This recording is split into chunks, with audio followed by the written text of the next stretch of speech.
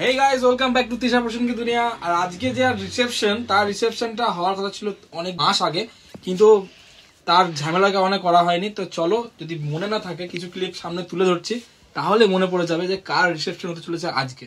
হ্যাঁ, এনারই বিয়ের ভিডিও ছাড়া ছিল 2 মাস আগে, আর যেটা বেলডাঙ্গাতে ঝামেলাটা সৃষ্টি হয়েছিল তার জন্য তার রিসেপশন হয়নি। কাল ছিল 16 ফেব্রুয়ারি, সেদিন ছিলই তার গিন্নির বার্থডে, তা সেই দিনকে এটা বেছে নিয়েছিল এই রিসেপশনটা করার জন্য। কিছু ক্লিপ তোমাদের সামনে তুলে ধরলাম, এবার তো মনে পড়লো। তো চলো, এবার পুরো রিসেপশনটা কি হচ্ছে না হচ্ছে টোটাল তোমাদের শেয়ার করবো।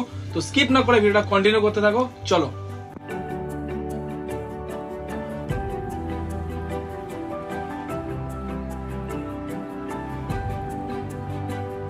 ওখানে মিউজিক বাজছে আর ভুতলুস গান গাইছে। গানটা জোরে গা। হ্যাঁ, সব ভুলে গেছে। तन बेटा भूल तो ले ऐसा भूल तो उसे कहो मेरे सामने तो भाई ভুল ত্রুটি মার্জিত করবেন। চীনা আমাকে সব সময় ভিডিও করতে দিবি, আমরা যেতেও বলবি। এইদিকে চলে এসেছি, কি হলো আজকে? এই দেখাও, সেই লাগছে, সত্যি ভালো লাগছে। ওর থেকে তোকে ভাই বেশি ভালো লাগছে। এই দেখো আমার বান্ধবী ললিতা, হেভি লাগছে তো। কোথায় সাজলে তুমি? খুব সুন্দর লাগছে ময়না।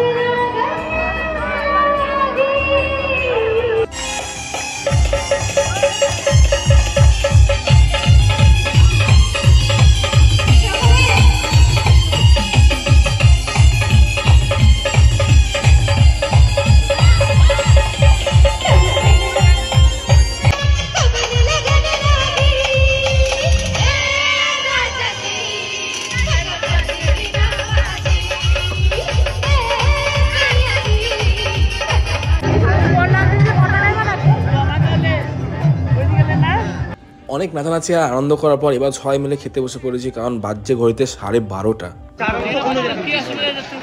তোমার বিয়ে হয়ে গেছে, ওর তো বিয়ে হয়নি। বিয়ে হয়নি তো বিয়ে হয়ে আছে, ওর হেডলাইনে রাখতে হবে, ওর বিয়ে হয়ে আছে।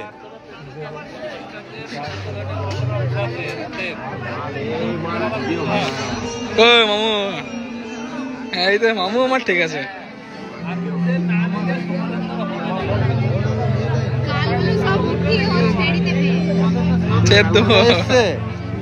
ডাইরেক্ট তোর বাপকে পাঠাবো, জামাইয়ের মুখে তো গাল দেখো। জল খুলছে, না না তুমি খেয়ে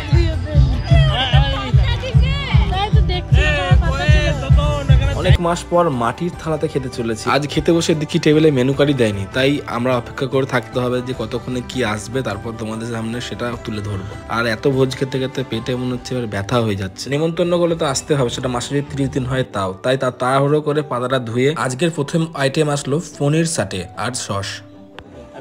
ভালো জিনিস নয়। চারজন দে দে দে এই উপরে দে, এইখানে সাইডে দে, ঝোল দে ঝোল দে ঝোল দে ঝোল দে, ওই গেবি দে। হ্যাঁ বাংলায় ফিরে এসো মনে। হ্যাঁ